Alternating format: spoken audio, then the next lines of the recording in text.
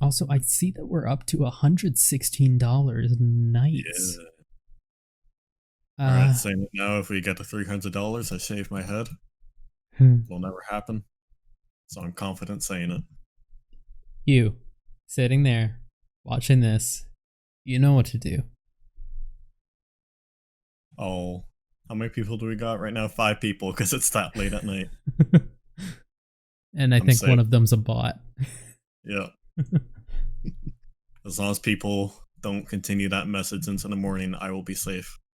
Oh, I'm gonna be singing it from the rooftops. Oh dear. Do it, you won't. Hey, if we actually get to $300, I'm so down though. Yeah. That's worth it. I should probably ask. We're all recording audio, right? Yes, Are luckily. you scared that we did not record audio I'm previously? a little bit scared. Who would do that? You act Who- as if we did not record an entire episode and then it did not get published on YouTube because we did not have audio for some people. Mm-hmm. Yeah. Listen, episode 10 doesn't exist unless we say it does. I'm gonna call this like World 1 special. And then like the next episode we do will be World 2. World 2? I mean, this is final boss, right? Or Yeah, exactly. for World 1 at least. Anyways, are we ready? Yeah, I'm recording. Roll intro.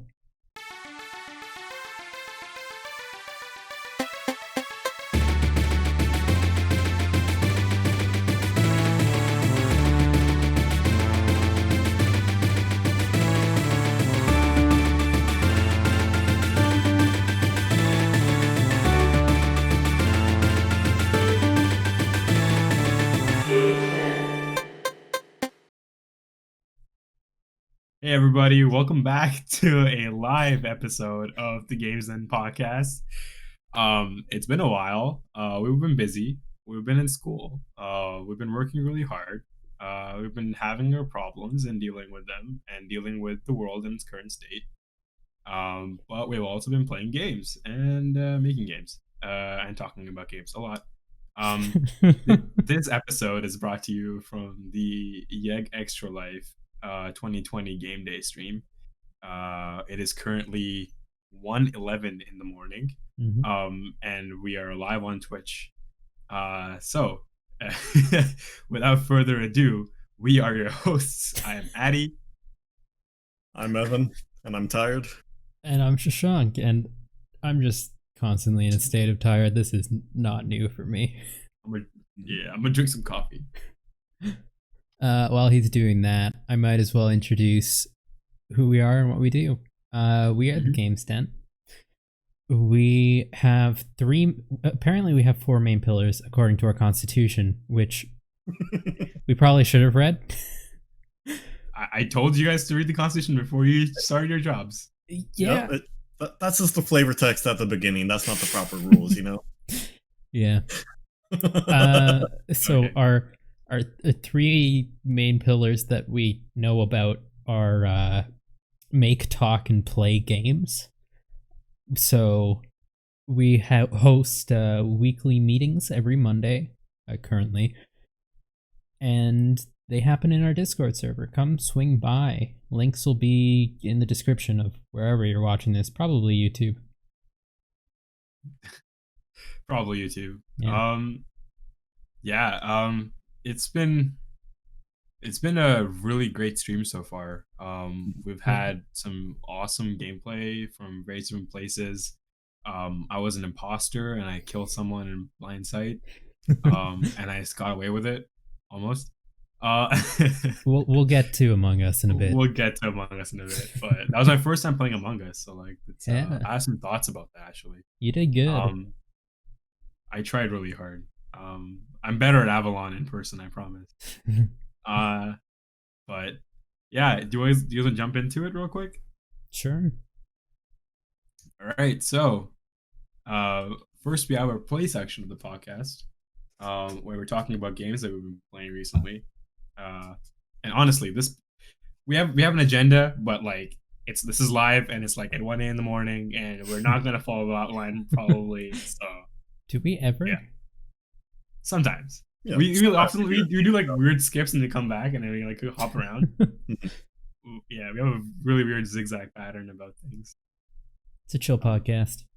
It's a chill podcast. Yeah. Evan, you've been playing Hades. I'm always playing Hades, dude. Yeah. Yeah, what do I say here? Oh god, I've been playing the game for school, which is something I'm very grateful I'm allowed to say because I can make a project about this game. I played I Ghost of Tsushima for school. Yeah, Hold up. What class am I not in? MLCS, dude, it's great. Okay. Yeah, MLCS I will 345. I will make a note. Yeah, Yeah. I think Astrid's actually, or the prof is leaving the UFA and going back to Europe. But the course might still run. Who knows? Interesting. If you cannot take MLCS 345, I recommend History 191. This is so specific to the UFA. Anyone watching who's not in the UFA is like, the fuck are they talking about? how many people are watching who aren't U of A though? That's a swear jar. Give me a second. Sorry, I'm keeping track of my swear jar over here. And now I'm at $6. Yeah, that's just gonna go up for the podcast. Yeah, I'm gonna be swearing a lot on the podcast. I'll make a conscious effort not to, but it'll probably happen either way. But yeah, no, we've been playing games for that course because you have to analyze it from a cultural, historical point of view. It's just really cool. That'd be really interesting for Hades and Ghost of Tsushima, just because they are so entrenched within their cultures. Yeah, Hades does interesting things where a lot of like period piece games have the main protagonist having modern values and then kind of perceives everyone else as mildly morally bankrupt. And Hades does a bit of that, where, you know, all the good characters have very modern values and all the quote-unquote evil characters have very classic Greek values, but they paint that as evil within the story. Right. So someone like Theseus is very much the classic Greek hero, but when you talk to him in games, like, you want nothing to do with the dude. Yeah. So it's an interesting time. I think I'm almost at 300 hours. Damn. Nice. Yeah, it's been a bit. Yeah. And I what I love about the way they twisted the lore to be more modern with the kind of culture it's representing is that the narrative itself is so it's a modern narrative, even though it's a historical piece. Well, set in a historical period. Or mythical period rather, because you literally play in the House of Hades, and I think we talked about this before, but like the House of Hades as a concept is like, you know, a place where dead people go, and then they get sorted out. But this is a literal house. Like, this is a house. Yeah. Like, you are in a family's house, and you are the child of the family, and that's how you play the game. This house is a home. Mm-hmm. Yeah, you decorate it, man. You like put new rugs and you got new pillars and you got new candles and like it's literally a house. Also, just one thing I see, we do have someone else on the channel right now. We said we'd open this podcast up. Do we want to get them in? If they turn on their video, they'll be in. If you want to turn on the video, they'll be in. Come on, if you want to join us, feel free to join us. Hello. Oh, hello. You are very loud in my ear. Hi. I turned on my video. Hello. Hello. I took a 10-minute nap. Woo. Okay. It's not really a nap. I just turned off the lights and sat in the dark for a minute. Hi. Hello. Hello.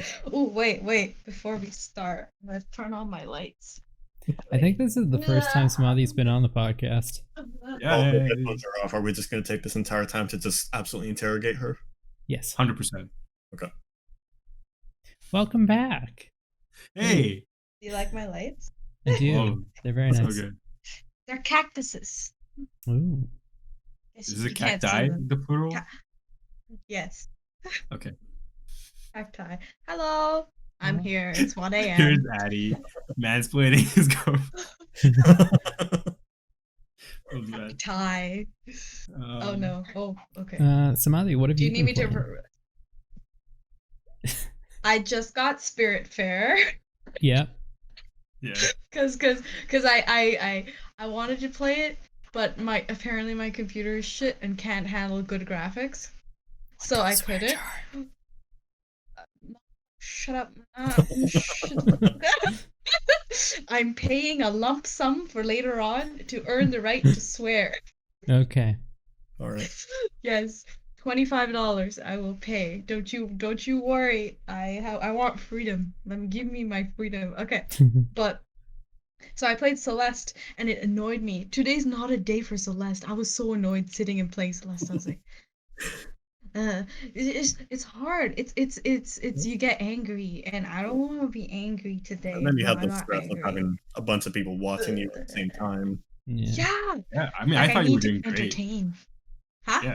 I mean, I thought you were doing great personally. Like, it's better than I could have ever done, honestly. Like, Okay, terrible at I mean, platformers. So, like, seeing that was pretty good. but I didn't feel super happy. But Fair that's enough. okay. Yeah, but it's okay because then I got to talk to what's his name? Stefan? Stefan. Yeah, Yeah. meet in face to face for the first time. Wow. Well, I guess he didn't Wow. see my face. I saw their face. Hmm.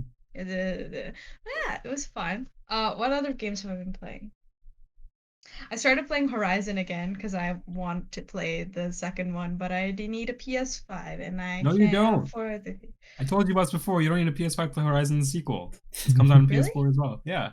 Okay, never mind. Well, I'm gonna get it then. As you can tell, I just woke up from a nap.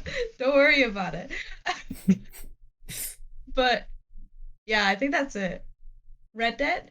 Yes, I've been playing Red Dead. And that's it. Yeah. Not Yeah. bad. Not bad. Not bad. Hello, Okay. I'm in the podcast. I'm here to talk about important things. Hello, number 5, maybe? Yeah. Important things. Yes. Mm-hmm. This is a What? very professional podcast. We only accept Uh-huh. very important topics. Yeah. Yeah. 100%. Mm-hmm. Anyway, we were talking about the games we were playing, and on topic of that, we just had our Kobold one shot, Ooh. which just happened not too long ago at 7 p.m. And man, having like, it's ridiculous how long combat takes when you have 7 people. You know, Yeah. like it's D&D is not a slow game, but it could be really slow, even if you're trying to optimize like everything. You put 6 rounds for prep in the document, and it got Yeah. cut down to 2 halfway in. Two. Yeah. Yeah, time Because is a one weird factor. Yeah, intro plus beginning rounds, because we had a few new players, right? So it was like it was really nice to see people like learning about the game. Like, I think John, who was on the stream, said something really interesting. He's like, coming in, I didn't know, I was so confused, I didn't know what to do with the game. And then as we went on, we just improv so much, and he's like, I can do literally anything. Yeah. And I'm like, yes. That is the point. tabletop RPGs in a nutshell. You can do whatever the hell you want. That's why we love them so much. That's why we love it so much. But yeah, like that's how did you enjoy it, Evan? It was still really fun. Obviously the time aspect was a little it'd be nice to have 3 hours for that. I think like 3 hours to get through that easy. Yeah. But so like everyone's characters was super fun. I think it was just a good, goofy one shot where no one really cared about what was happening, other than showing off these dumb characters we made. Yeah. Yep. Like literally, there were some really awesome moments that I can recall with ease. Like John and Omar worked together to create a kobolder. So they shoved a living kobold into.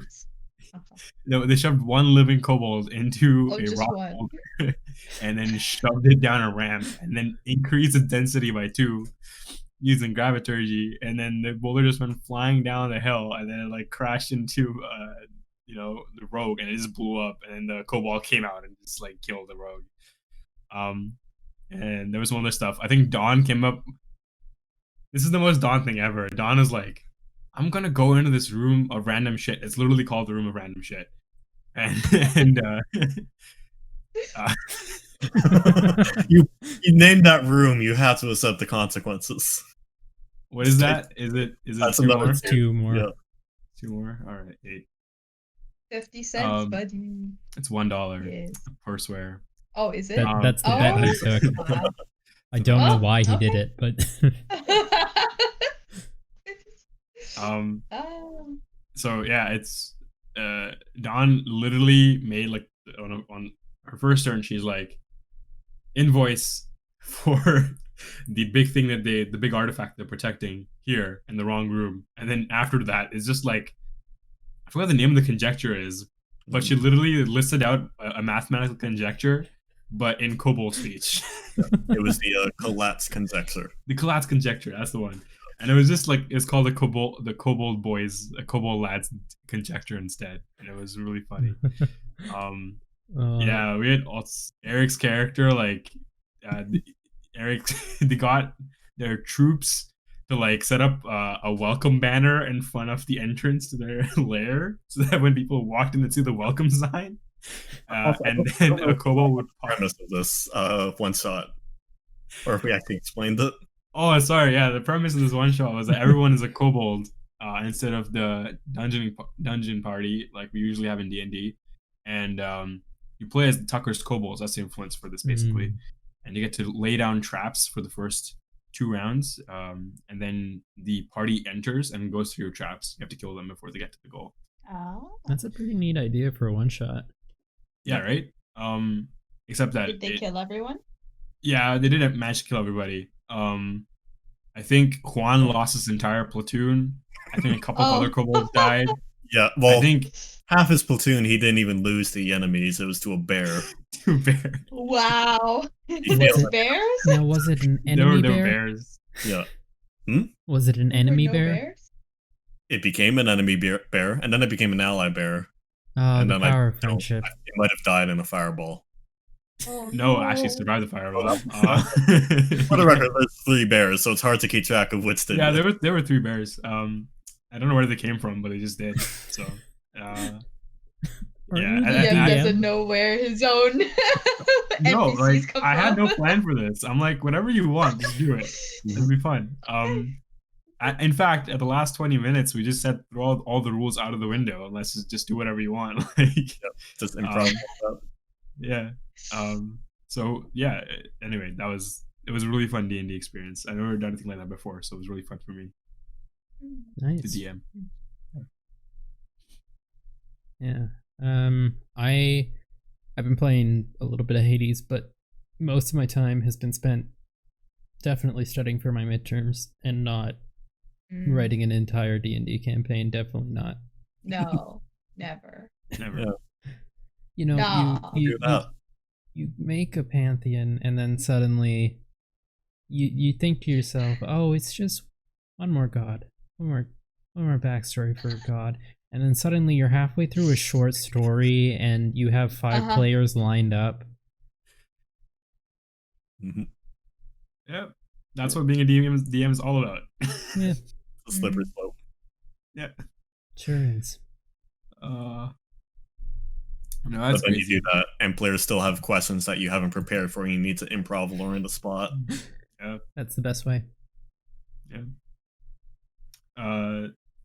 It's one other game that I don't know if we're skipping here already. We might already be skipping here. Yeah, we are skipping here. There's no thing skipping. It's just looking at the line, and it's whatever. I want to talk about it because Samadhi's been playing this game too. It's called Genshin Impact. Mm-hmm. I know it's blowing up on many platforms right now. It's on every platform. Mm-hmm. It's literally on every platform. Yeah, it's amazing. It's impressive Kind how of a steal. well like this gacha game broke into like the console and the PC markets. Really? Yeah, right? Yeah. Yeah. It's all the game runs better on my Pixel 3 than it runs on my PS4. really. Yeah. That's impressive. Honestly, as a gacha honestly, game, I'm not surprised it runs best on mobile. It's like Breath of the Wild though. Yeah. Samadhi got any points? Yeah, but what's interesting is that I noticed while playing, like they had like these little puzzle, not really puzzle, like locations that might be blocked by water. But if you have an ice character, you just kind of walk on the water. So like it loses its Breath of the Wild aspect at that point. You know? Like if you have the good characters, so like you could buy a character technically and just do the puzzle faster? Like is that more fun? Like there's holes in the terms of like what it's trying to do, I think, sometimes. Yeah. Yes. Right. Yeah, like one thing I did notice with that game is like there's so many fire puzzles, and they give you Amber to do them. Yeah. But then there's, even after you get other fire-based characters, there's no replacing Amber. Like she's just the best at like on-demand fire, just because it's a bow.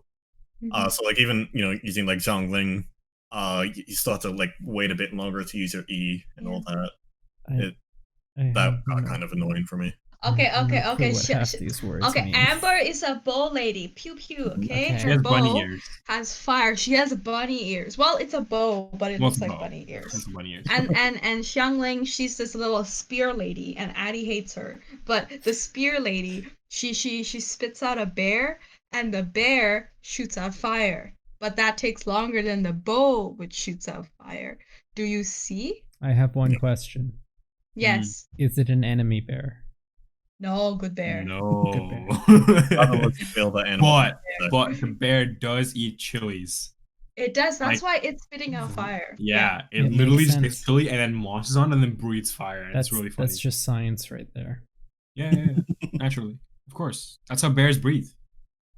And what's interesting is that they both, Amber and Xiangling, have like these weird little fluffy things, right?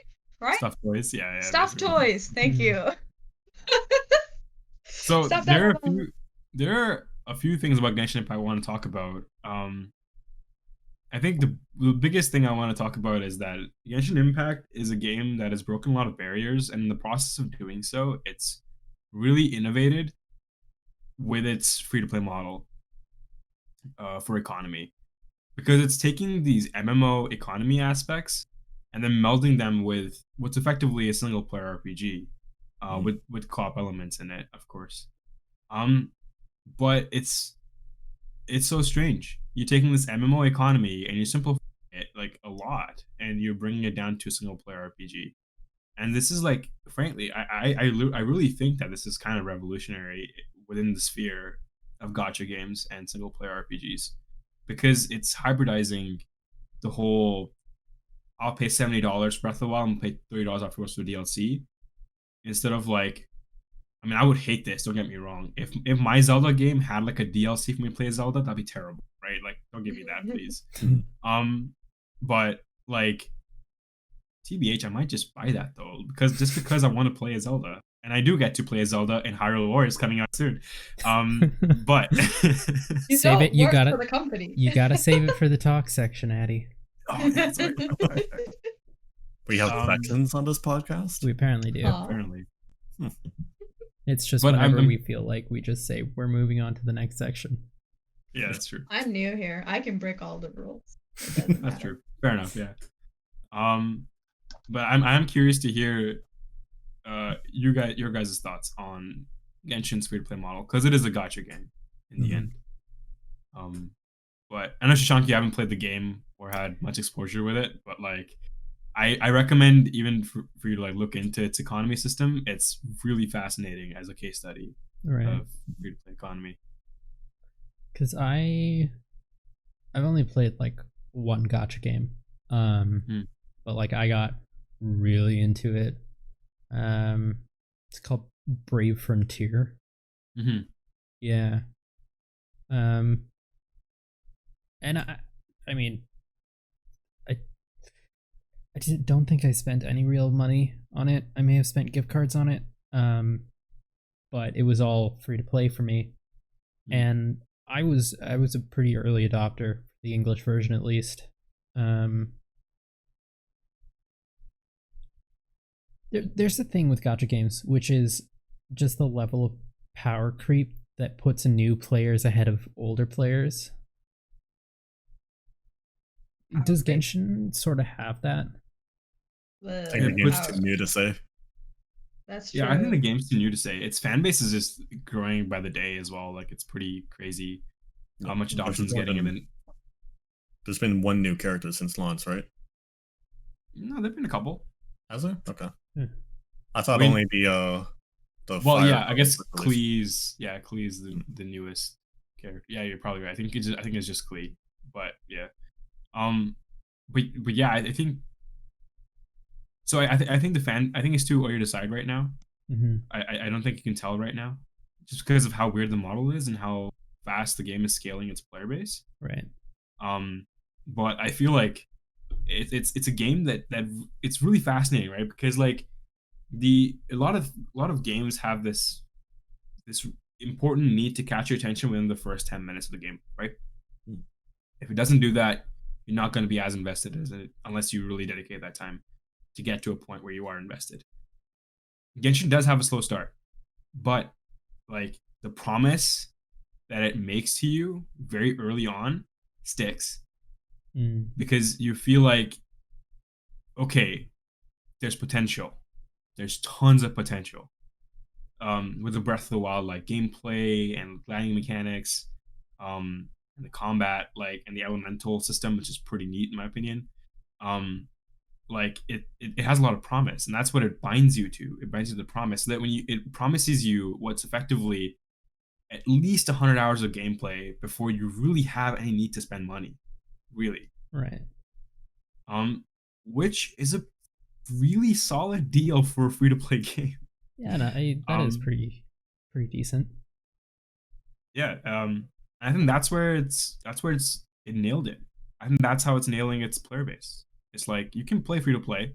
Once you hit level 30, you're gonna be like, okay, now I'm running short on artifacts. I'm running short on player XP material, all that kind of stuff. And now I need to buy the currency of premium currency in the game to boost my progress. It's really slowing down. Like I'm level 38 right now, and I've been stuck at level 38 for 3-4 days now, 5 days maybe. Right. So it's been a fair bit.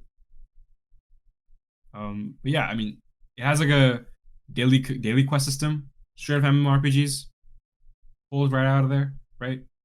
The premium there's only one premium currency, and it's used for everything, unlike MMOs, which have often at times many currencies and convoluted economies. Yeah. And yeah, I think the main reason you'd want to spend money in the game is to do the gacha rolls. And my history with Xiangling is that I spent money and I rolled 7 Xianglings back to back to back to back to back to back to back to back. And I hated my life for like 2 days. Samadhi was there. You have the strongest Xiangling, so I have the strongest Xiangling now, but you could just use her as your main. She's not my party. I'm not gonna lie. I did cave, and I'm like, okay, I'll put you in my party. You're strong. Because the level creep has caught up to me now, and I need strong characters to progress. So I just put Xiangling in my party. Right. But like, it really sucks because like Samadhi was there in the room when I pulled my 7 Xiangling and I threw a water bottle across the room. I was so angry. It was scary. I felt fear. Like blink twice if you need help. It was pretty bad, not gonna lie. But then I got a venti afterwards on the 80th pull, so I guess it worked out in the end. But yeah, Genshin Impact is a fun game and very curious hybridized models, and I'm not sure how it's gonna play off in the long term, but it'll be interesting to see its growth either way. Yeah, I was thinking about that too just now. Like, long term, wouldn't it like push away older players and just introduce new players based on like what you've said? Because like I wouldn't pay money to get new characters or any kind of upgrade materials because I don't think it's worth it. I'm not you. I won't spend $20 to get 7 Xianglings. I'm sorry. Just gonna poke at you a little bit. Whoa. Someone's firing shots at me. I But feel like, a little bit seen. it's okay. Don't worry about it. Feel it more. I wouldn't pay money. I'm only at level 16 still because I stopped playing very soon. I want to get back, but like I was like, it takes long. I'm busy.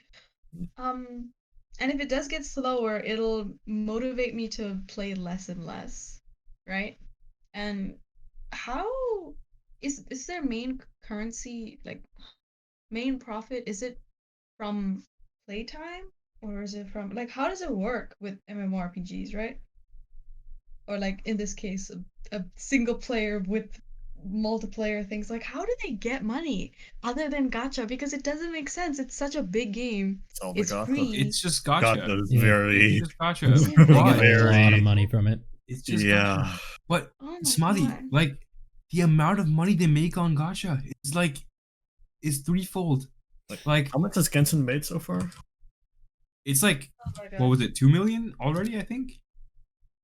It's been like a month, right? The App Store accounted for close to $144 million of Genshin Impact's total revenue, or 58.7%. So that's more like 300 million. How much did it take to produce it, to make the game? Like, what's That's a the good profit, question. Raja? Good question. I don't know if we have that information actually. Ooh. But like, And like for maintenance and stuff, like I'm thinking, like, are they like, I They're yeah, broken even. gacha I can- will fucking, it seems to just, like, it makes sense because I used to play a dress up game, let me tell you. Okay, it was two dress up games. It was Helix Waltz and Love Nikki, and they were both gacha based. And I understand the feeling of wanting to use my credit card to get a fucking pretty dress. Oh, there were outfits with wings. You have no idea. They were shiny. Oh, fuck me, Yeah. okay? So like I understand, but I held my wallet back. So like I understand. Gotcha, cool, wow, but I still don't get it. it's like there. In fact, I think it's even more amplified now because you have like, you have, God, what's the word I'm looking for? Slate. Influencers. That's right. You have Oh. influencers who are putting videos out, being like, "I spent 5,000 on Genshin Impact this week," Yeah. and you're like, Meanwhile, they get paid like $10,000 to post that video. "Yeah," Yeah. but like, it's nuts. It's really nuts. Like, I'm sure, like, if they haven't broken even already, they'll probably break even Mhm. by the end of next month. Yeah, so looking at the stats, it was $60 million in the first week, and after a month, it was 250 million. Yeah, sounds about right. Ridiculous. So anyway, enough about Genshin. I think Shashank's getting bored, but we can. Sorry, Shashank. Sorry, Shashank. Apologize. No, it's fine. I like learning about this stuff. But we can talk about other games. What do you want to talk about, Shashank? Let me look at our wonderful planning document that we always follow to a T. Magic the Gathering. You guys have been playing a. Well, you're nearly done this season of the tournament, right? We finished. Oh, nice. We are now on season 4. Yeah. Yeah. We started up a Commander League. Have you guys played Magic the Gathering before? I used to go to weeklies, but that was years ago. Damn. Yeah. I've just touched on Magic. It was fun. I got the free packs and I did the MTG Arena. MTG. Yeah, yes. MTG Arena Yeah. is really nice. I really enjoyed Yeah. it. It was poker with fun that. until I had to make my own deck, and then I got confused, so I got scared, so I That's didn't the do best it. part of it. Deck building's hard. Deck building's I love hard. deck building. is. There's so many possibilities. It's kind of like making a character in D&D for me. Like I get scared because there's so many possibilities that I'm like, Yeah. what do I do? Yeah. You just find like one card and be like, okay, I'm gonna build a deck around that one card, and it's just gonna be a meme. And then you just make like a Brionne strong arm deck or whatever. Stat arm, yeah. I Yeah, love stat arm. Okay. Shank, I'll try you that. played the Pokemon TCG, didn't you? At some point? Yeah, Pokemon and Yu-Gi-Oh were my TCGs growing up. Yeah. Have you played any of them recently? I played the online version of the Pokemon TCG for a bit, which is actually really fun, and I think I might try playing it again soon, just see what's changed. But Yu-Gi-Oh I haven't played since like early high school, maybe. Yeah. Yeah. I think it's really fascinating because So I don't know, Shashank, do you know about the whole Pokemon TCG booming right now? Is it? Yeah. Yeah. Well, not the game itself, but the buying and selling of cards on the marketplace Oh, yeah. because of certain Paul brothers overhyping their pulls and overrating them with the official measuring. Hmm. I love Yeah, that. they went on stream and they're like, "Oh my god, all these pulls are so good." Yeah. And they're like, "Guys, I don't know how nobody is making money off of this Yeah. free cash." And now people And- are. And now literally if you look at the buy and sell of Pokemon cards, like the prices have gone up threefold for most Mhm. cards. Mhm. In the base deck, base starter, base pack, yeah. Like it's ridiculous. All you need is one influencer to say some bullshit on stream, and then you basically incite an entire, I don't know, resurgence of trading card buying and Surgeons of an selling. art. Like, Mm. Did you see what he did with the paid card pullings there? Like, it was super impressive from a business perspective. Yeah, from Like, business perspective. he bought like an original box set and then said, "Okay, I'm gonna sell every pack here or the contents of every pack for $10,000 each, and then I'm gonna open them on stream." Yeah. And then it's like anyone who buys it gets a gamble. It's like, oh, do I get the set one Charizard? Do I get the set one Charizard? There's like one in the entire box, but that one person got super happy. Yeah, Oh my totally. But just God. make bank off of selling. What? How many are in a box? Like 20, 30? 20? Yeah, I think 20. That's insane. I don't really get it, because I mean I have a couple expensive Yu-Gi-Oh cards, but like they're not the most expensive, and also I got them because they work with the deck, not Mhm. because they're rare and I want to sell them. Although I do want to sell my Yu-Gi-Oh cards.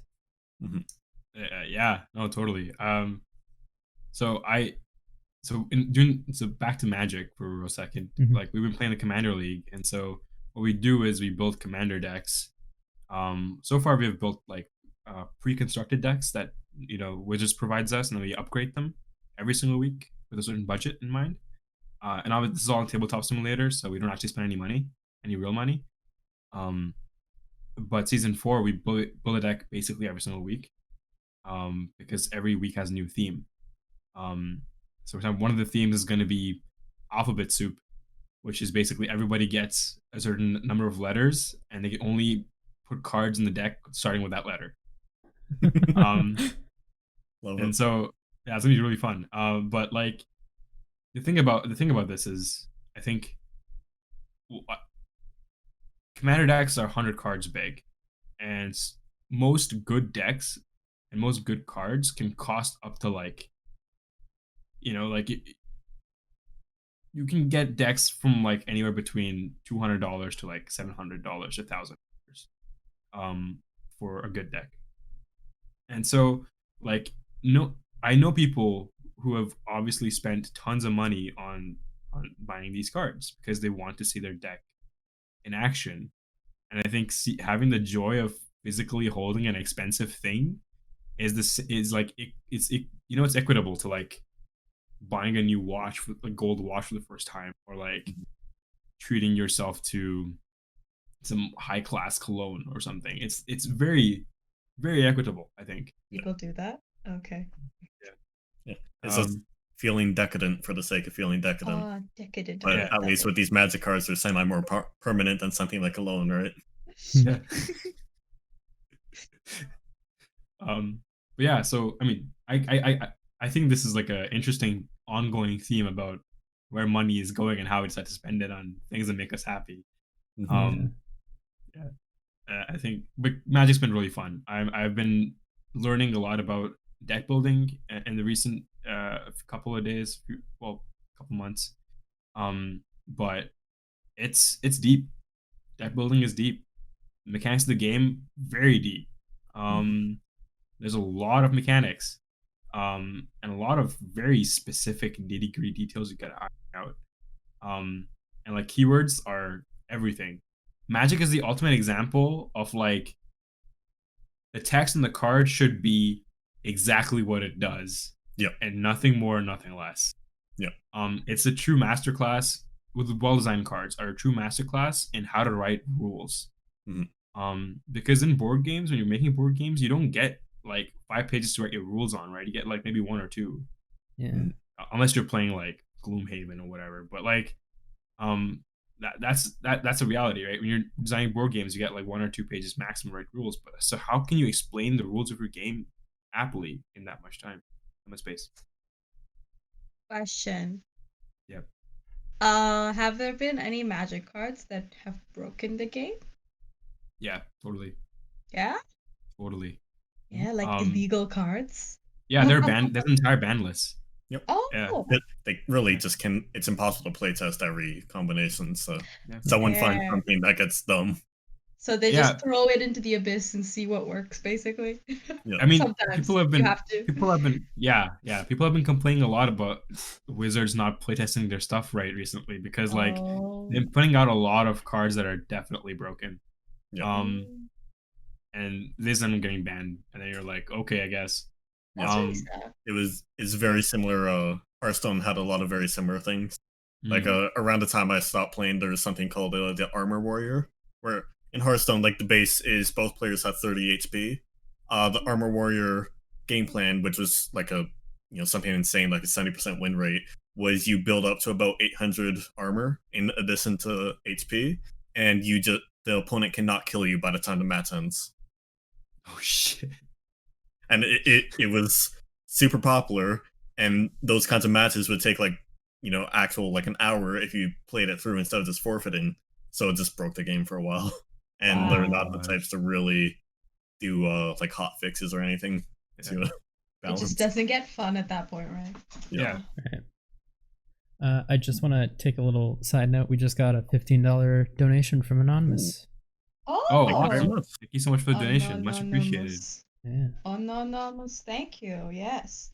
It's all going to the stollery. Are we almost at our how I goal? wish I could have taken that we're money. very close. We're at 131 out of 150. Oh wow. Ooh. And it's dangerous to keep saying this, but I did say to Shashank before, if we somehow get to 300, I will save my head. Yeah. And if we're close tomorrow, if we're close. Tomorrow, do you want to like later pitch in today? together and get Evan to shave his head? I mean, you already have the I'm swear already jar. spending 25, so Oh, that's fair. I'm contemplating. This is gotcha. I'm contemplating not saving my money for Spider-Man Miles Morales or Hyrule Warriors, and instead pitching it here to get Evan to shave his head. It's a I really will not make you do anything, but I will not be mad if it happens because it is going to charity. how much entertainment can you get from a video game versus your co-host shaving his head? a lot. You can see him for years, and forever you will be reminded of the time you forced him to commit hair suicide, and it was good, and we all loved it. Shashank being the true voice of reason in all of this. That's my I see role no here. reason in his words. I only see reason in Atty's. Atty, go for it. Good investment in your money. Y'all are enabling me, and this is bad. Oh dear. No. Yeah, but like, wait, I had a point and now I forgot what it was. Hold on a second. Magic. Magic Yeah, we're breaking. talking about magic breaking cards. Yes, magic breaking. What ends up happening with long? So Magic is a very old game. Like it's been around since like what 1980s, yeah, definitely. So it's been long since like it came out just after the first D&D did, I think. So it's a pretty old game, and so like with Magic the Gathering, as the years have gone, like they've learned, right? Initially, the cards that they printed were like really bad. You played like in modern standards, like that's really bad. 1993, according to Victor. So yeah, like it's a really old game, and I've loved kind of diving into the YouTube hole of Magic history and kind of learning about how for most trading card games, as time goes on, the card standards change as the company learns more about how to make their cards and how to balance the game, or fail to do so. And so there comes a need for different kinds of rulings and ways to play the game in different formats. So like now Magic and even Hearthstone like has like Legacy where you can play older cards and it's okay and it's allowed. You have Modern where you cannot play any older cards beyond the cards released in that year or the year before. Stuff like that, right? So the different formats are ways people can keep the game balanced and keep playing the game and have fun with it. So yeah, it's really interesting. Like it's the entire thing. Yeah. Why are you raising your hand? I don't know. I feel nervous. bad. Every single time you raise your hand, I'm like nervous. I'm like, oh. What do you want me to just start talking, interrupt you, be rude? No. I mean, Okay. interrupt Atty all the time. It's fun. Okay. I have a friend, and the friend is suggesting on the Twitch that Evan should dye his hair pink. Or his beard. Your beard. Okay, well I just cut off most of the beard, so it's a bit late for that. You could get it in the skin. You could This is less than a centimeter long right now. Just bleach your face. get in there. You could just You know, if you told me about that a week ago, we could have done that. God damn it. Oh, okay, it's fine. Yeah. Well, that's it, Atty. I know I was supposed to listen to your big revelation talk, but I got distracted. No, by that's pink-haired Evan. You what gotta we- realize That is also something. viable. Okay. It could be the choice of the person who puts us over 300 if that happens. yeah. You gotta realize something, Samadhi. We have literally called this podcast the podcast of tangents because that's all it is. Okay. I don't feel bad anymore. Well, I never did. I just said it to make you guys feel better. But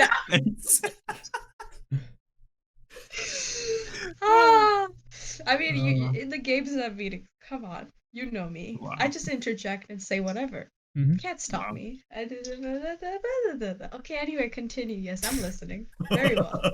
I do have a train of thought that comes out of this. And staying on theme. For some reason, this is a theme that suddenly arises. But the success of Among Us. Yeah. But yeah. You gotta finish How is the that connect- segue into the talk section, Atty. And now we go to talk section. An hour in, we finally reached part 2. Finally We are reached- talking. What is the talk section again? It's in the Oh, Extra Life channel if you want to look at that. Yeah, it's in the extra Okay. channel.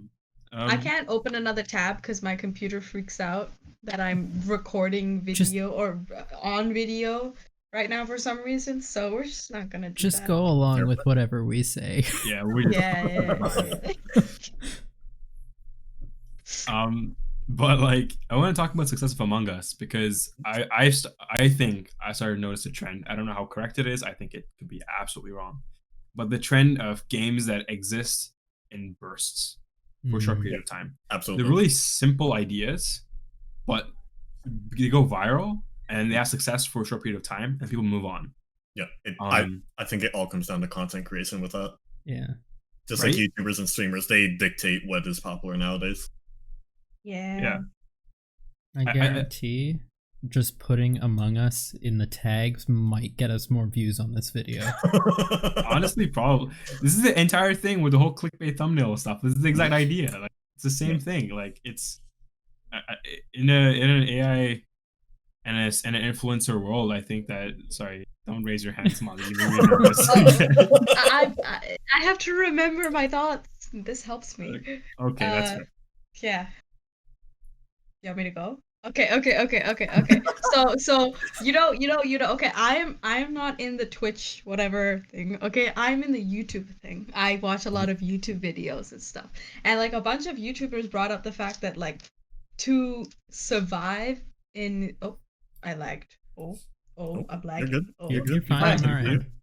Okay. To survive in the YouTube community in these days, you have to be clickbaity. Mhm. You have to, because like in a way the algorithm itself promotes those kinds of videos. So like it's this weird cycle of like inauthentic content to create authentic content, and it's a weird balance that they have to do, and like it's just so fucky.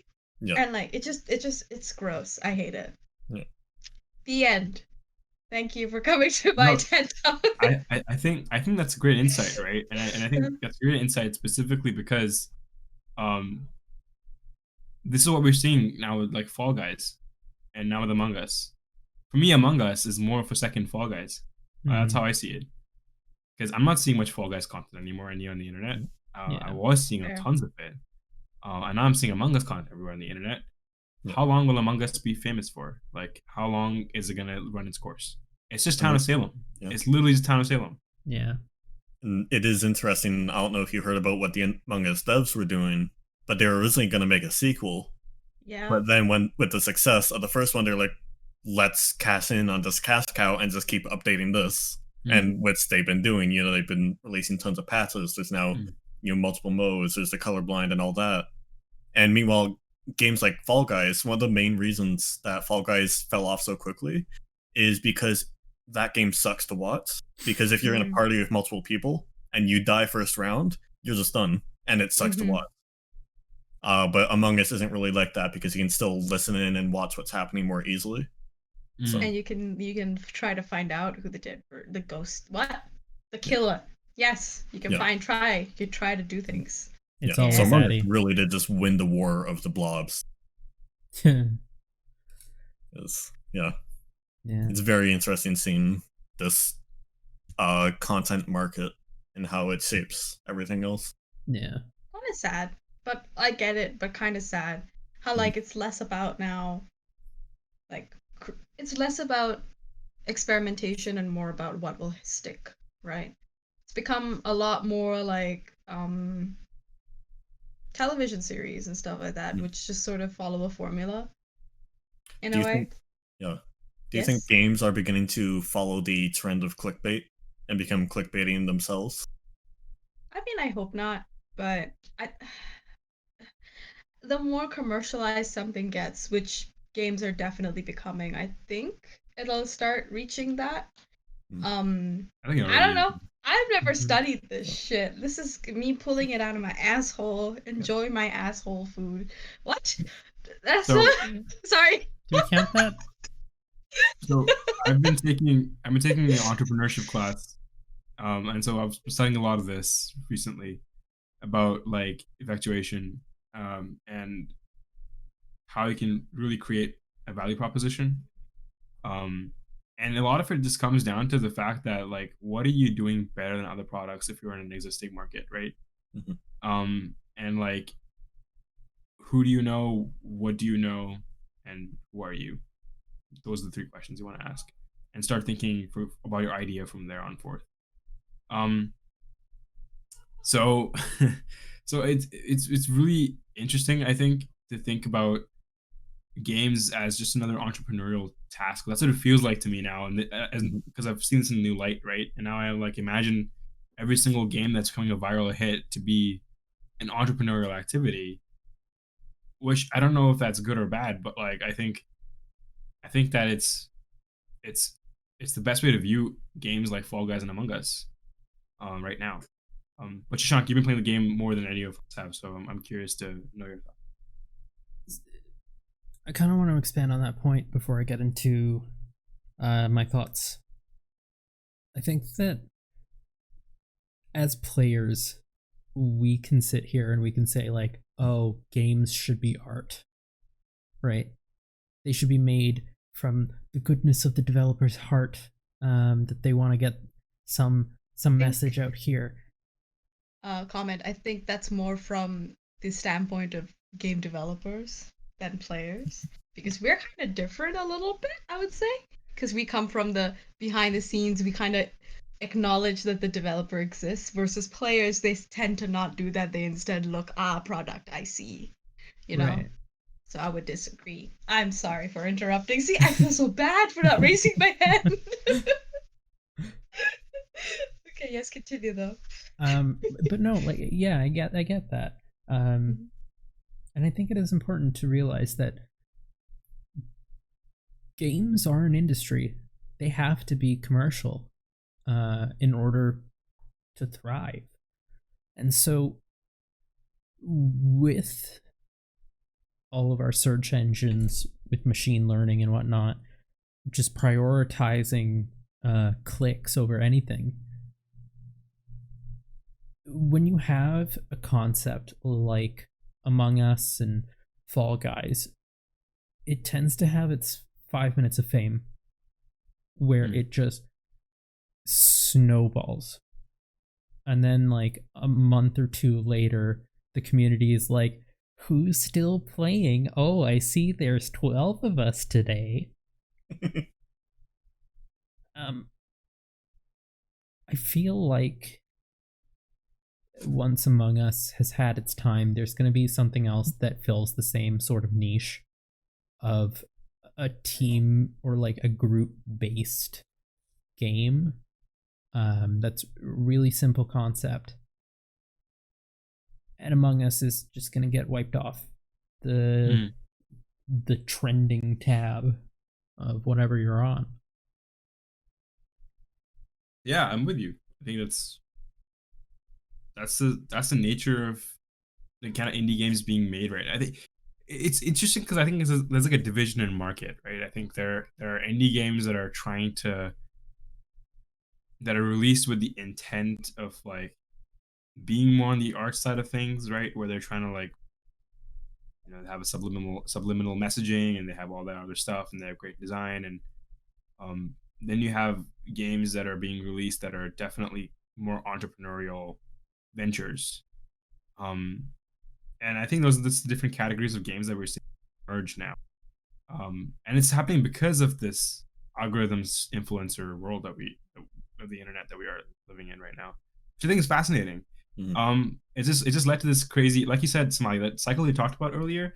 It's led to this emerging market. I think that cycle they're talking about with the streamer influencers and the algorithm, and how the content is playing, is what's generating revenue. That existing cycle is what's led to the creation of this new market of games, which are catering towards that cycle so that they can feed into it and then get the revenue back out again in a short period of time. I think it's really interesting to see it from that light, because Among Us, like when I played today for the first time, that game uses like you can make that in a game jam. You can make Among Us in a game jam, like no problem, right? You could do that.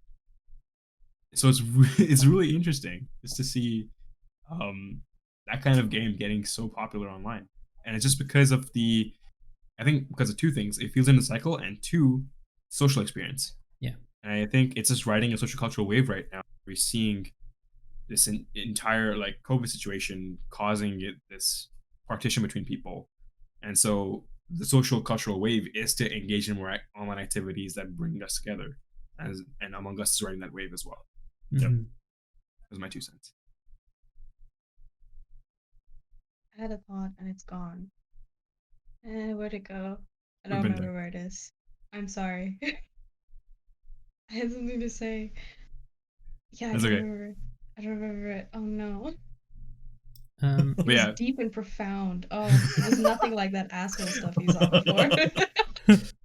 You were just gonna, you were about to change the game completely, but you guys now would have just exploded from the amount of. Oh my god. Yep. Cue that GIF of the guy going. That one thought would have gotten us 100 million views on YouTube, Samadhi, but now it's gone. So congratulations. We would have beaten the goal tenfold on this. And one idea would have led to the next Among Us. Wow. Oh boy. Yo, we have the game jam coming up this week, right? Yeah. Okay, here's my goal. My goal is to make the next Among Us in Unreal Engine 4. Oh, in UE4? Okay. Yeah. So I can learn the engine and make a shitty game of the same. Shitty game? Is that a swear? Does that count as a swear? I think shitty, that nah. That's like a junior high swear. Come on, you could do better than that. What am I Maybe not even elementary swear.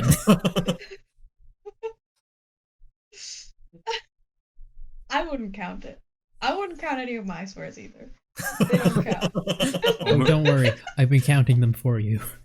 No. Nice one keeping track, actually. One where's like Among Unreal Engine 4. Yes.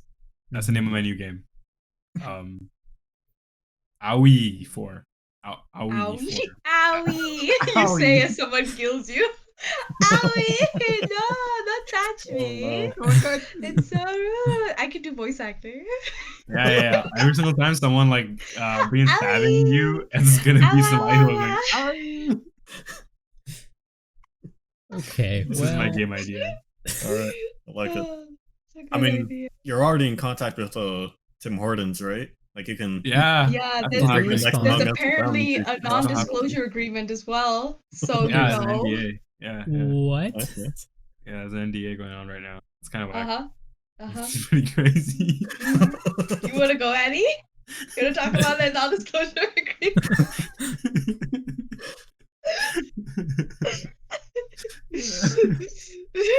Shashank's lost. it's Would you like to cue him in, far Annie? too late in the night. fucking. The power of asking is very powerful. I think that's Asking is actually very powerful. 6. Shashank, stop. We all know that I swear. It doesn't matter anymore. Don't worry, I'm just 2 keeping. As a.m. long as she gets the Start- 25 bucks in, it's okay. Yeah. Oh god. That's the season pass for swearing. It's 25 bucks season pass. Yeah. Swear for all you want. stream. Swear all you want. Oh my god. No, but God, where were we talking about? Non-disclosure agreement? No, we're not gonna talk about No. it. we're not talking Oh, about okay, that. Among okay. Us in the 5 minutes of fame. What we will talk about randomly is AlphaGo. No idea what that is. Please elaborate. AlphaGo sure. made me cry. So, recently, no, let me rewind a little bit. I think in 2017, Google came to Edmonton with DeepMind, which is their AI development AI research lab, and which originally is in London, and then they made a branch over here in Edmonton, which is really cool.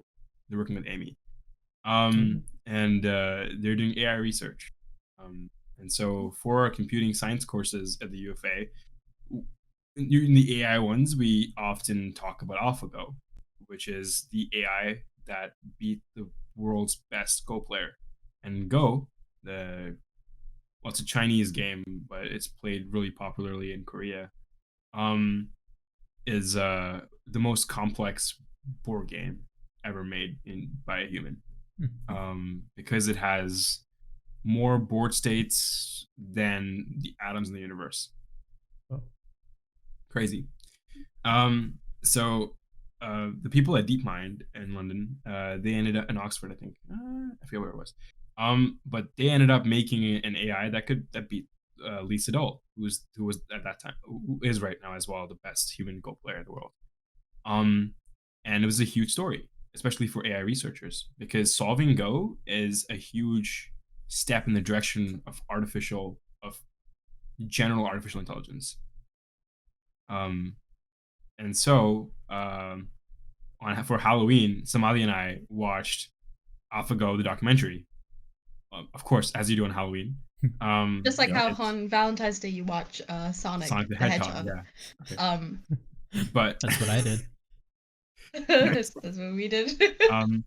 So you watch 1.5 hours of AlphaGo documentary, and I'm telling you, AlphaGo documentary, really good. I've watched it 9 times now. 9? Not 9, 5 It was times. 4. It was 4 when we watched it. Okay, cool. watched it. Jesus. That's Samadhi, I just want to large point out amount. that wasn't a date night for him. Oh? Not with you. It was a date night with the movie for him. I mean, let me tell you, he was really, getting it on with Sonic, if you know what I mean. It was really... And also, Sonic 2, I think, is to be released next year on Valentine's Day. So, let me tell you... Father's Day planned. You don't have to do anything. We'll just go watch Sonic. We'll give our money to the yellow... What? Blue god of the universe. It's too late. I'm mixing up my I colors. want to give money to Dr. Eggman. I don't know about you guys. I want Jim Carrey to have my... Okay. Not Blue Man. I'm siding with Dr. Robot. That's who I'm siding with. Go Good to know. ahead. But yes, continue. But yeah. AlphaGo documentary. I think that's all I want to talk about. AlphaGo. Really? No, Okay. sorry, that's not it. Hold on a second. That was a Yeah. tangent. The real point about all of this is that if we have solved Go, that means the potential for AI in games is ridiculous now. If we can incorporate the same reinforcement learning principles into our AI systems and games, so like for example, if you have pathfinding algorithms that are already really good in games like with A-Star and stuff like that, but like if you have reinforcement learning algorithms for actual NPCs, like you grow an NPC, you literally make an NPC a baby, and then they like, well, abstractly a baby, and then they like learn about the rules of the world and how they operate within it. You can grow yourself an NPC, and the NPC suddenly become more like lifelike and like native to the world. That's something that's in grasp right now, and I think that it could change the way you play games in the future. Having our NPCs be basically like almost like test tube babies in a way. It's a terrible analogy. Weren't they saying though, like in the documentary, that AlphaGo is right now much more in line with a really smart washing machine than anything? Mm-hmm. So it has to be a very small subset of rules that totally. it can perfect. So I would say test tube babies is a lot far right now, but I think see it happening. Like what I mean to say is, like, if you have an NPC like a shopkeeper, it has shopkeepers have one purpose: to sit there and then trade your goods, right? Well, like, what if that shopkeeper could do it more smartly? What if it could negotiate with you, right? Okay. Like, what if it could do like custom orders and stuff like that? Like, that would change the way you don't have to script any of that. It just itself, because it realizes that players have certain needs that are unmet in the world. Oh. That kind of really localized learning. Right. So yeah, I just had a thought, and I thought it'd be interesting that it's I think AI has reinforcement learning and machine learning principles have huge potential in games that I think we're just scraping the surface of right now. Yeah. Have you guys seen any smart AI in games? I don't know about smart AI in games. So I tend not to play games with, a focus on AI. Fair enough. Me neither. I play farm games, and I play dress-up games, and I play Hollow Knight. So those don't have AI. I am the AI. I am not the art. I am the NI, natural intelligence. Okay. Sorry, it's really late right now. No, that makes sense. I'm not making but sense. we're just getting started. It's quite early. Yeah, we still got 45 minutes left in this block. And we're not even halfway through our document. Who needs to be? Anyway. It's a guide, Shashank, okay? You need to stop constraining yourself to all these, like, these mortal threads of reality. Like, fuck that, okay? Just go. Just unthread yourself. Become one with the document and its potential. Look past the words that are there and look to the words that could be. Can we skip this? Well, speaking of words, Miles Morales. That's a good. I like that. That's a very nice. I hate you so much, but I love that. It's so good. It's good pizza. Nice pizza. That's not okay. Oh, it's so good. Miles Morales. Miles Morales knows sign language, which is neat. Let's talk about that. Yeah. And move on from that segue. Oh. That was a good segue. I congratulate you, Shashank. I'm crying. Are you? Does this not normally happen in the podcast? Like, are no, they it usually does, very but, like, awkward? That's one of the better ones we've had. Hey, I'm proud. Good job. To bring it back, I know in the comics, both Spider-Man and I think Deadpool, and probably some others, knew sign language. and would use them in the comics. Cool. Oh, really? Yeah. I had no idea. It's news to me. I don't follow comics anyway, but Neither damn. do I. Deadpool? Hell yeah, one more reason to love you. Ooh. Yeah. Yeah. I just saw like a couple pages of like Deadpool talking to a deaf character, and he had lifted his mask up so he could read his lips and was signing at the same time. That is so sweet. What the hell?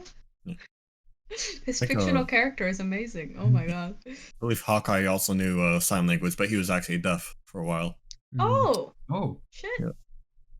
wow. I didn't know any of this lore. It's crazy. Yeah. But I think that this is the first AAA game I've seen with sign language in it. With any kind of ASL in it. That's pretty sick. Like, Yeah. like, by the way, I don't know if you guys have heard, but Miles Morales is going to be about 10 hours of story gameplay. Just Cool. much shorter than Spider-Man 1 Yeah. on the PS4. More concentrated story. Yeah, I think so, but also I think that it's cheaper as well. I think it's $50. Yeah. Okay. So yeah, I think Insomniac just wanted to get the game out basically. Yeah. But they also have Ratchet and Clank for PS5, so I'm sure their studio is really big. It's really interesting.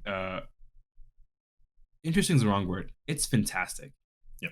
It's fantastic to see this kind of representation coming out of AAA. Finally, it's long overdue. Like, it really is.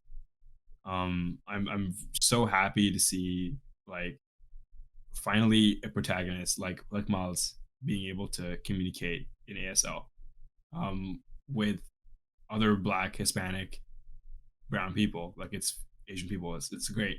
Like, so far, as far as I've seen in the trailers and stuff, majority of the characters are people of color. The big majority. I think only spotted one or two white people, actually. So, I honestly, Insomniac, like, you've got me hooked.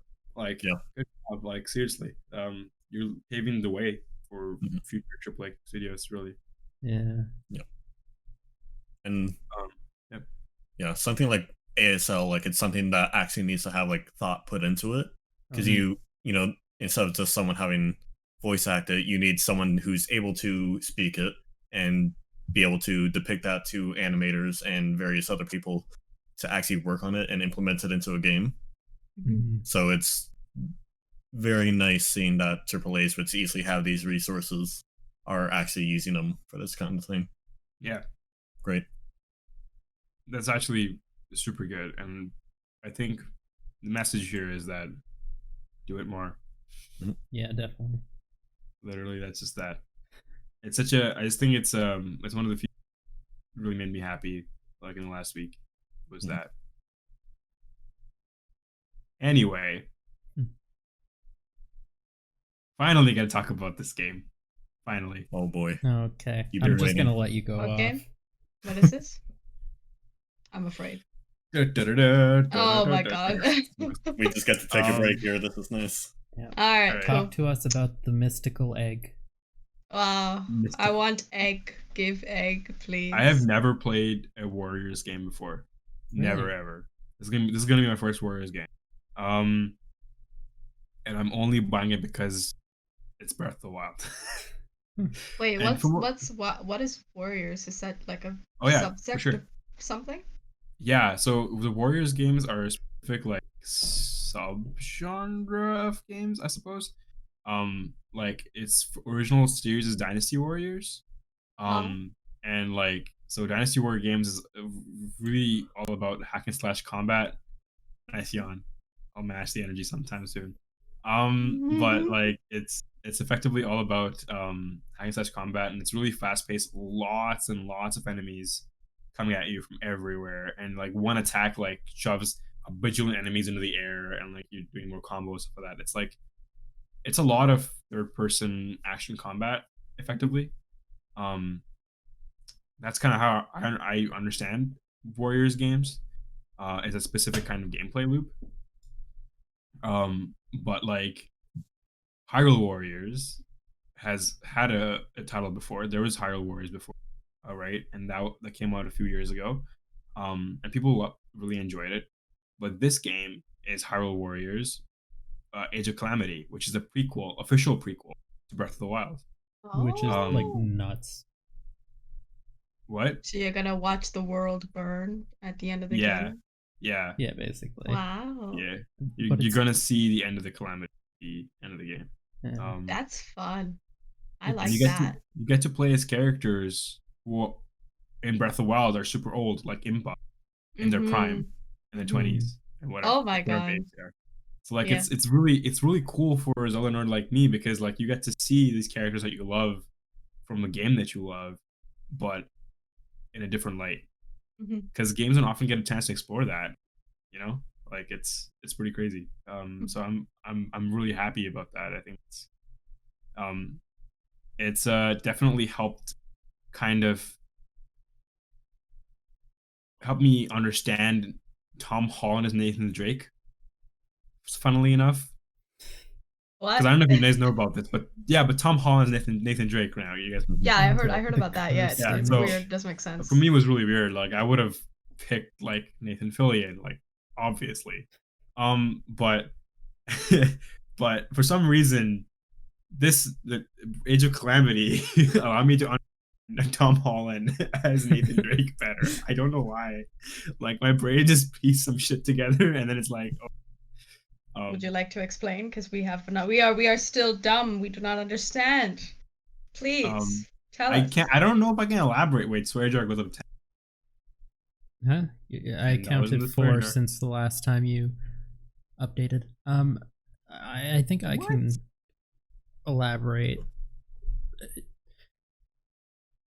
Having the main story that you've been like obsessing over, as evidenced by Atty's shirt and poster that are both in frame.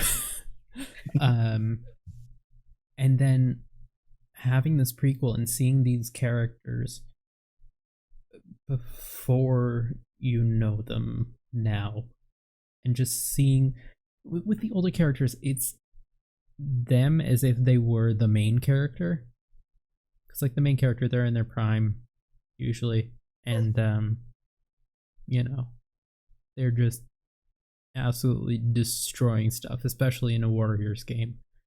And so seeing Nathan Drake as a much younger person in the prequel, it'll be interesting to see where it goes. Okay. I can see how they could experiment with it. I just Tom Holland. It's forever baby for me. I Yeah. don't know. Just, is he older than us or my age? Like I think how old he's is my he? age. I think he's as old 20? as us. Yeah, he's like, yeah. Like, Evan, be googling for us. He is 24 years old. He is a lot Dad? older than me. Okay. Oh. older than older all than of me. us. Yeah. Okay. Just for But a he young person. feels baby. But like I get it. I understand. In my eyes, he'll always be a high schooler Spider-Man. You know Yeah. what I mean? Yeah. But Forever.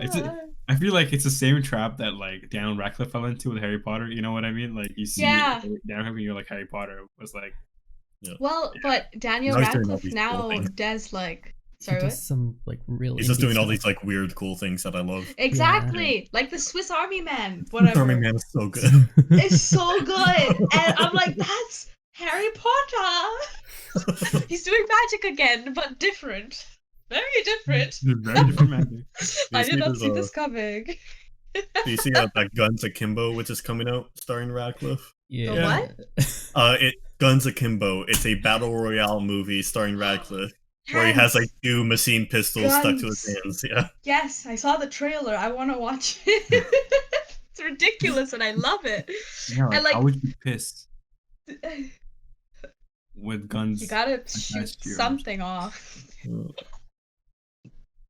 But like, it's cool because he's at the top, right? He's like an actor that's actually well known and has the influence, so people will go watch his movies, even if they're fucking ridiculous and stupid, right? So he is a weird opportunity. Like a lot of actually rich, famous people can do that, where like they're in this such a point of power that they can just do stuff, and they get money, so like it's fine. Do you Yep. know? Yeah. Yep. Paul There's- Brothers callback. Anybody? To like half an hour ago. Well, not like bad in the sense of morality, but like bad in the sense of might not be the most widely accepted. Mm. Experimental. Ooh. Yeah, Feel. I Yeah. like the experimental stuff. Yeah. It's cool. Yeah. Okay, I'm done. Go, go, go. I'm sorry. I feel bad. I interrupt. You're training me to interrupt, and I hate it.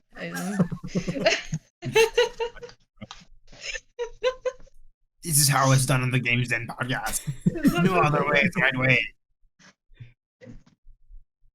We represent rudeness and being an assholes to people around us. Yes. That is the polar opposite of what Games Den stands for. I mean, the fourth pillar is community. For close community.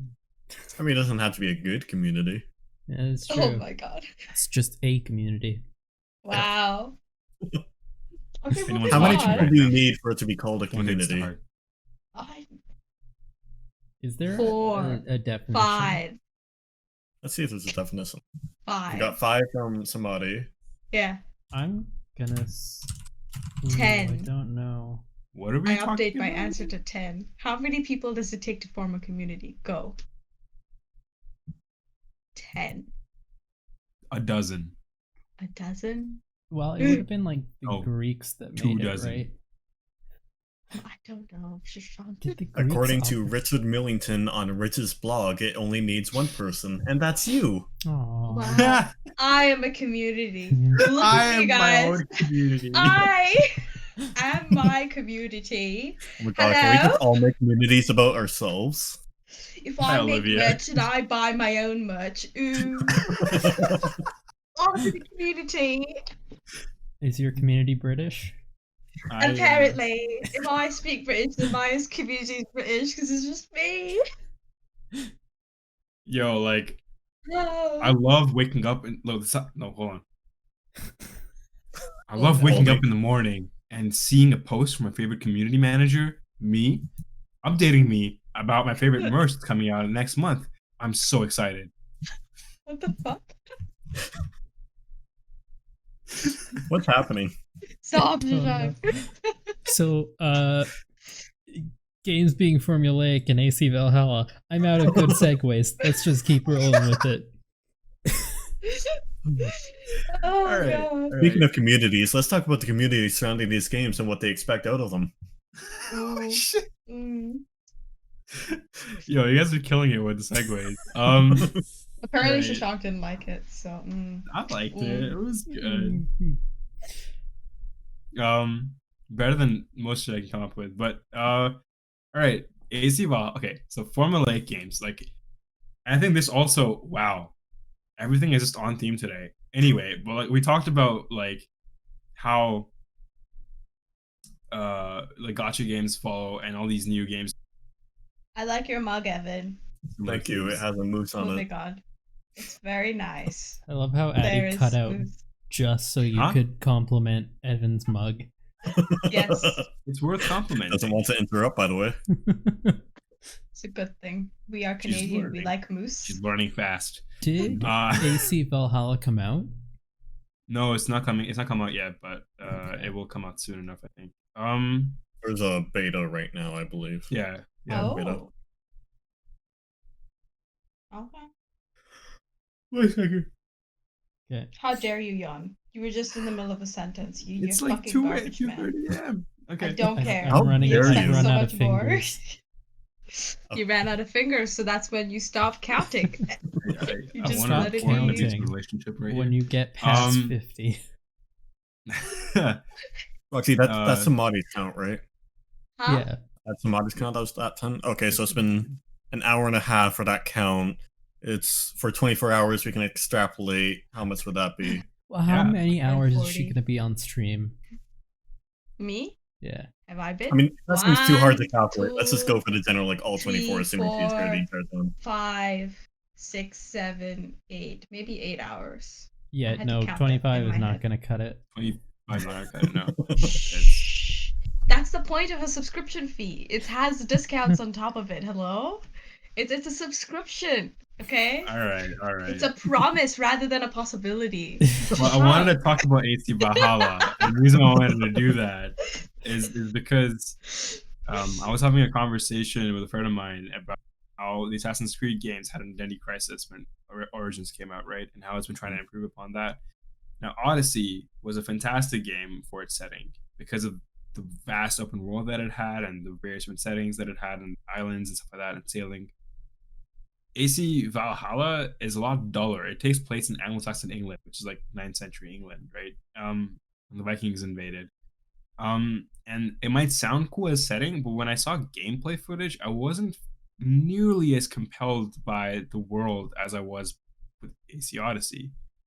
AC Odyssey's world is just so much more allure because of the mythic elements of its gameplay and world, when compared to AC Valhalla, which is really straightforward. I'm big Viking, I go take over stuff and I go win. Right? Like I feel like Ubisoft has tried to formulate their franchise, and I think formulaism is bad for games. Mhm.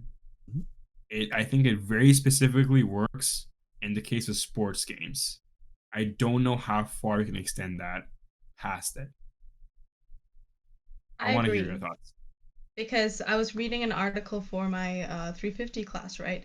And it was about what was it? I was trying to write an essay about like Assassin's Creed and the formula that it has and how it uses that to approach things and how it grows. But I found articles instead about how I think it was one of the developers, he wrote about what made Assassin's Creed, which one was it? I forget which one it is. How that one set the precedent for all the other games.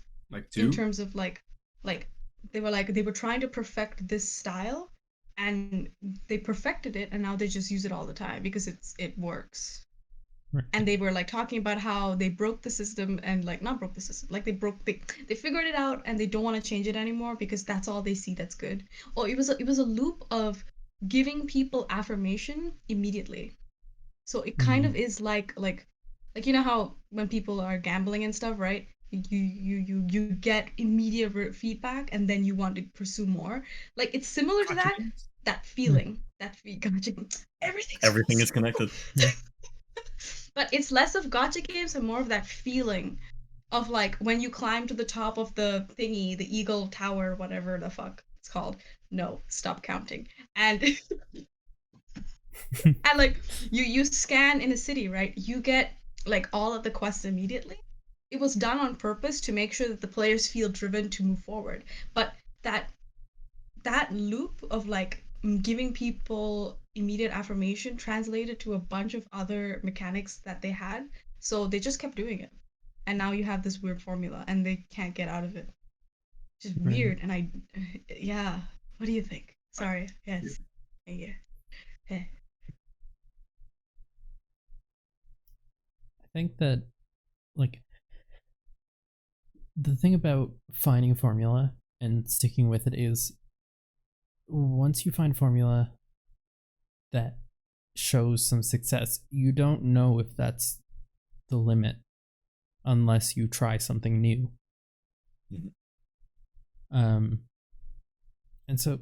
And plus, I don't think any formula will work forever. Right? That's certainly true. Even something like Pokemon, I've fallen out with it after like X and Y. It's just not the same. It gets boring. It's repetitive over time, right? You don't want the same thing again and again and again. You want something new, something innovative. Yeah, exactly. There are too many good games competing for our attention that are more deserving of the same formula. Again, copy pasted.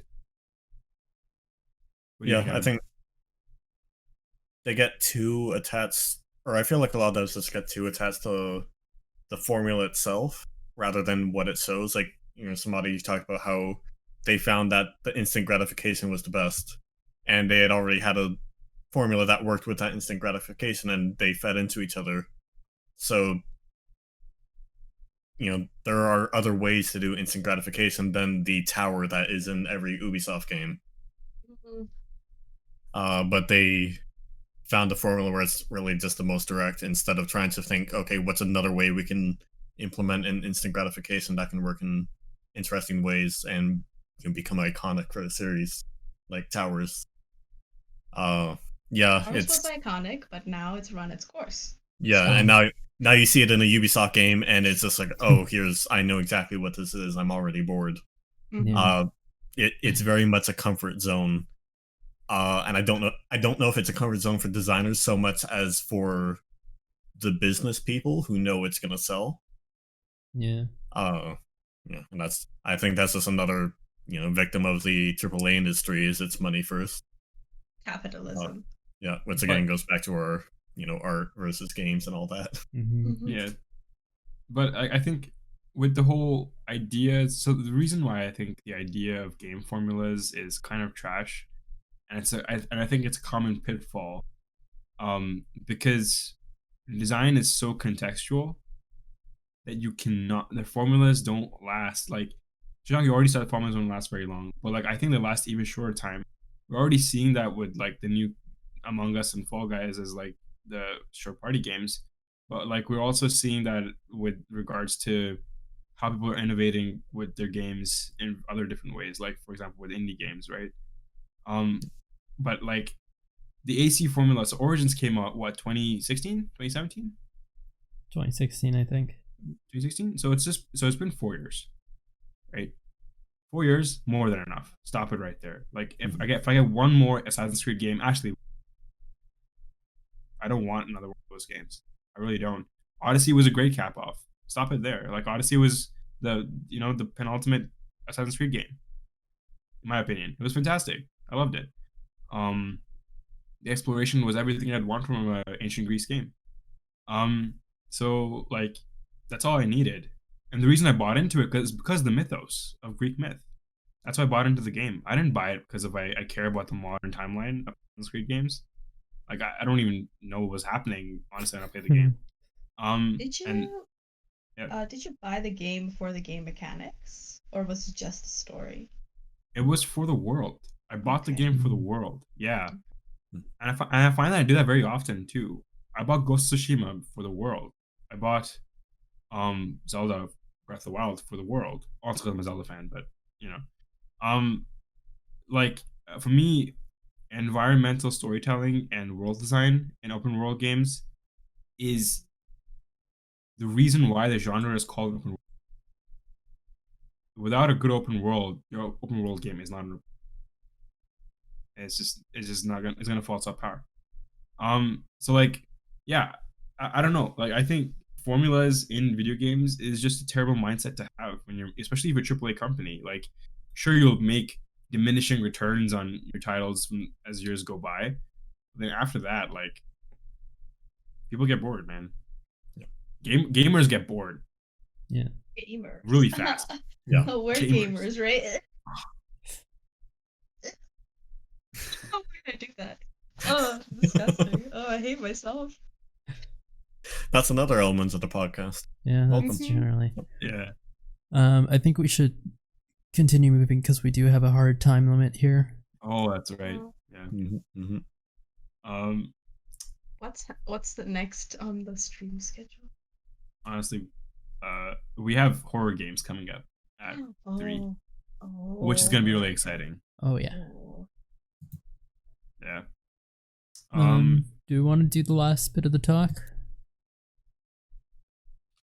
I feel passionately about this, but I'm curious what you guys think first, if you guys want to talk about it. Okay. Well, I should introduce the topic to everyone who doesn't have the planning document directly in front of them.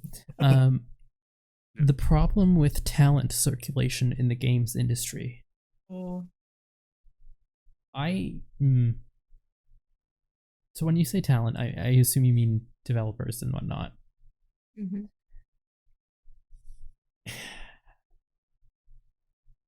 Okay. Personally, I if I had to talk about I went to DevCon with Atty, right? And it was really cool. I got to meet like some people and stuff. And there were panels going on, and there were like these two old dudes, and then this one lady, Vanessa. She's in Beamdog, Yeah. Improbable, Beamdog, one of Associate them. producer of Beamdog. Yeah. Yes. And like she said something which kind of like saddened me, but also made me realize stuff. It mostly saddened me. She was like, if you want to get into game development, you need to put in the time to make a project on your own and figure it out, basically to learn on your own, and only then will people accept you into, like, that was the gist of it. She didn't say it that way, but it was like, you need other projects, you need a solid background before anyone would accept you, which kind of made me really sad. It like it streamlines people into like, oh, only if you're passionate enough to spend time on your own will you ever be able to get into game dev, which is it made me uncomfortable because I was thinking like, okay, what about people who just never realized it and they want to try it out, right? There's no opportunity for them to do that because it's so hard to get in. You just can't, other than like game jams and stuff, which are much more informal, and you get like varying degrees of experience. There's no solid way to just get experience. And like there are so many people who don't play games who I think deserve to be in game dev just because they will change things up because they see things completely differently. And you're missing a whole market of people who could innovate so much just because of some stupid rules that were in place because people are too lazy to like place infrastructure to help people grow. Instead, they expect you to just grow out of passion. Yeah, sorry, that got heated. But yeah. Oh, very true. Yeah. That's what I think. And Come at me, fight me. Well, I think that is like a big issue with the tech industry in general. You see so many companies that are like, oh, this is an entry-level position, but we need 5 years of experience with all of these different languages, and suddenly you're doing the same job as like 2 positions, and they're like, oh yeah, and also we need you to be available at all hours and just like put in crazy overtime because you need to be dedicated to this project. We're a family here, okay? Well, so kind of coming back to that, I actually think tech industry is a little bit better in respect, just a little bit, not too much. But I think where I'm currently job hunting, and humble brag, I suppose, but like I have a fair bit of experience, right? Like I've done my fair share of work outside of school to up my portfolio, my resume, and stuff. So like when I started job hunting, I was like, okay, I have a good network here. I can apply resume, stuff like that, but I'm still having a really hard time finding a job right now. Which obviously means there's scope to do better for me personally, but like it also speaks to how hard it is when you're trying to get into the games industry. It's a very closed off industry. Like honestly, getting into it like through raw application, you're much more likely to get into it if somebody in the industry. That's just the fact. And so and I think that's what's kind of sad about it, is because games, AAA studios I'm particularly kind of talking about AAA studios here. Most companies that are like in service sector, for example, like you're looking at Deloitte, Accenture, stuff like that. Even tech industries even tech companies like Microsoft, like they have programs in place to nurture fresh talent out of university, right? Like even if you're out of university but you have like a poli-sci degree but you're interested in becoming a software developer or showed an interest in software development, it is still possible for you to get into a graduate program at Microsoft and learn about and be nurtured by their company. Now, granted, that sounds kind of fishy and they might have like some kind of, it almost sounds culty in a lot of ways, but like at least they are making the effort to nurture a talent pool, fresh talent pool with different ideas and different perspectives. Whereas the games industry is cyclical, where it just keeps cycling the same talent across through the studio. And new talent has to like seep through little cracks and crevices to get in the first place. Like the problem with cycles in the industry and the talent cycle of the industry is that there are no fresh ideas because everyone going from studio to studio has the same ideas in mind. There's no fresh Same ideas mindset. coming into the cycle. Everything is just continuously going back and forth, but there's no newness coming in. Right. And what's scary is how profitable that is, right? Like you get a lot of game companies that end up misusing a lot of their staff because of that passion and because they have that certain mindset that they get profit. They get things from it, but it's so bad. Yeah, it is. They don't want to. They don't want to invest the time and effort and money and resources to nurture new talents at their own studios. They would rather have experienced people come onto the projects and ship a title really fast. Yeah. Because game studios are always working on deadlines. They're always working on, I have to ship this project by this date, which could open up a bigger discussion. But I mean, like, this is an issue, right? Anyway, that's my short rant. I'm having troubles getting into the game industry, even though, like, I have my fair share of connections and I've worked hard to develop these relationships and worked hard to update my resume and make it cool. But even then, like, it's hard to break into the industry. Yeah. Yeah, even then, right? That Even weird, like, oh my god, you have so many musicians that could innovate how games are played. Like music, I Korb. think, is used. Oh yeah, Darren Korb. in. Oh, I don't know who that is. I just said musicians because that came up in my head. Like music is used as Not like right a thing you did say that. tool on top of games, but it's not used in games. If that makes sense. Yeah, Mhm. so Supergiant Games. Yeah, Supergiant Games, guys who made Hades and Bastion and stuff like Uh-huh. that. Darren Korb is the lead sound designer for those games, and every single Supergiant game has Darren Korb in it.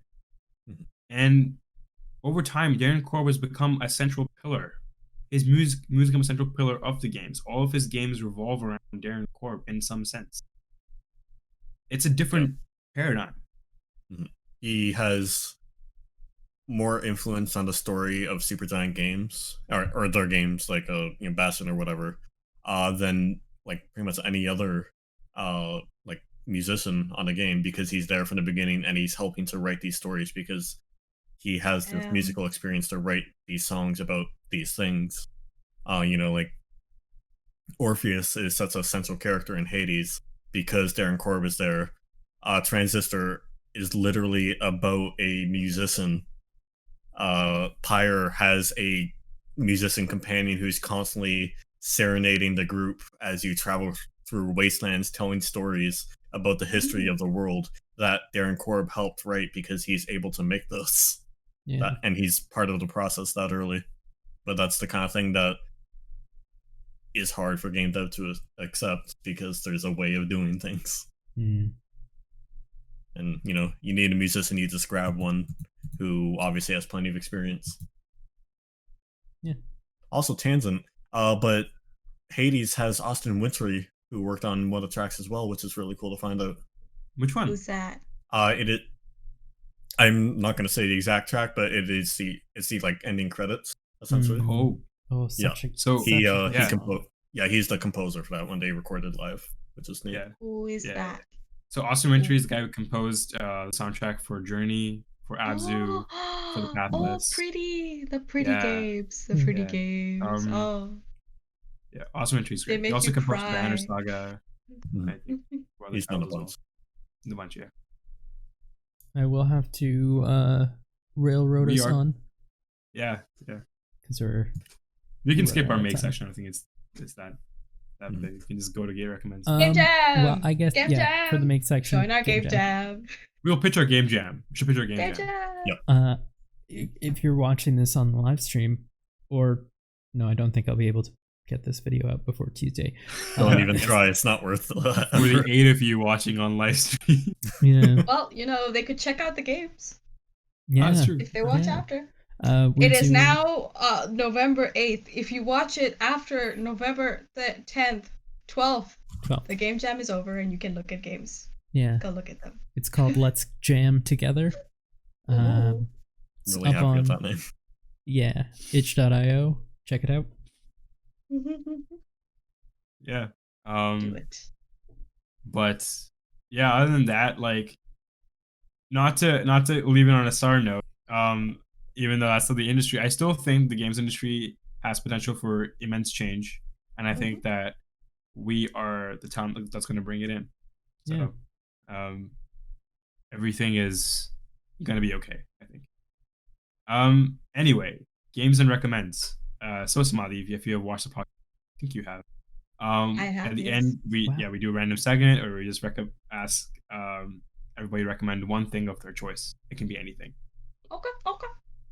So, do you want to go first, Samadhi? Okay, I can do it. I recommend. I integrated something into my life recently that has helped me a lot with dealing with sadness and quarantine and classes.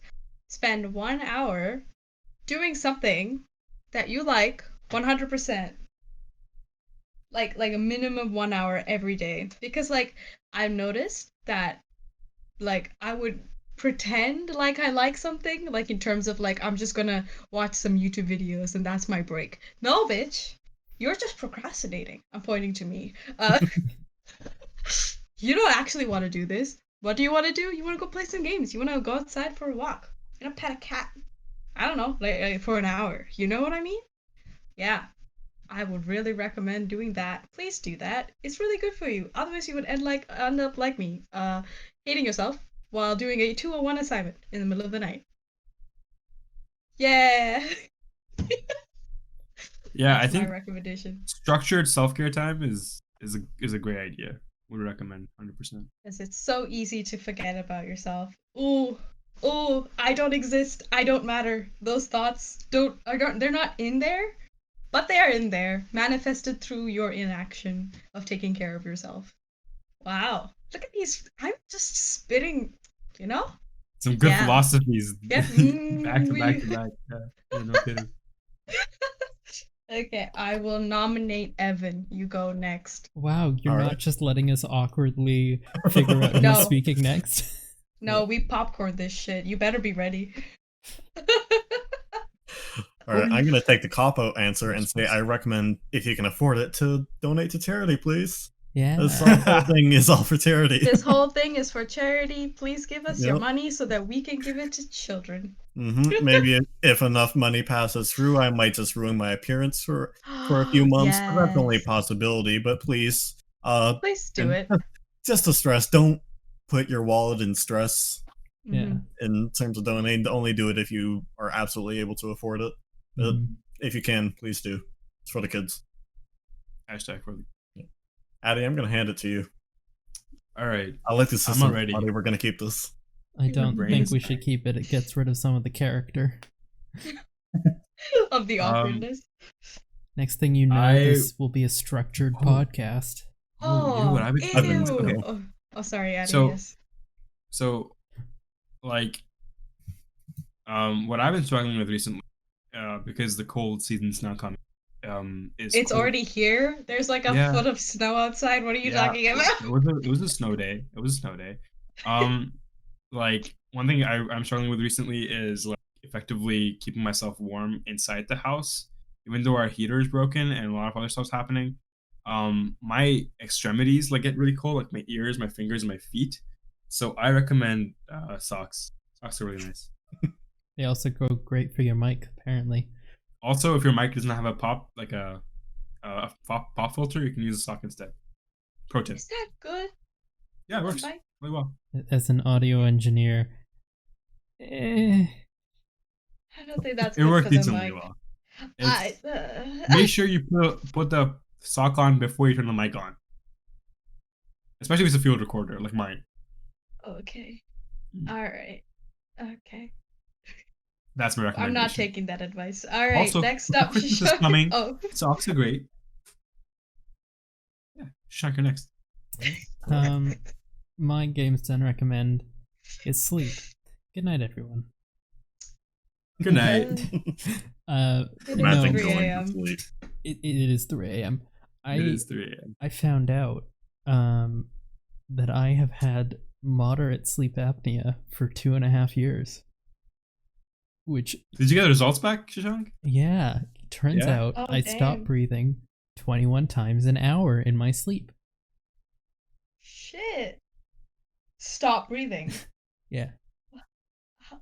How and why? It's genetic Interesting. and Oh shit. It's genetic? yeah. So Stop. I am being surprised at your health right now. Could you not? but yeah, so like sleep is very important to everyone in the chat. Please sleep. I might be singling Here some people we out. are doing a 24-hour stream. We are Please not sleep. getting models for this, but No, we're not. Please sleep. We're doing it for the kids. yeah. Oh, my friend also had sleep apnea, apparently. Hmm. Technically, they still have it. Yeah. The one who asked to dye Evan's hair yellow. What? Pink. Pink, I'm yeah. mixing cultures. Pink and yellow are pretty difficult to mix. Yeah. Both their All right. brother and Do you dad want to used go have in yeah. intermission so we start horror games? I think so. And- Bye-bye, End it over everybody. Bye time. See ya. Thank you all Yeah. for watching. Bye-bye. Enjoy your sleep life horror games. Donate money. Bye-bye. Bye everyone.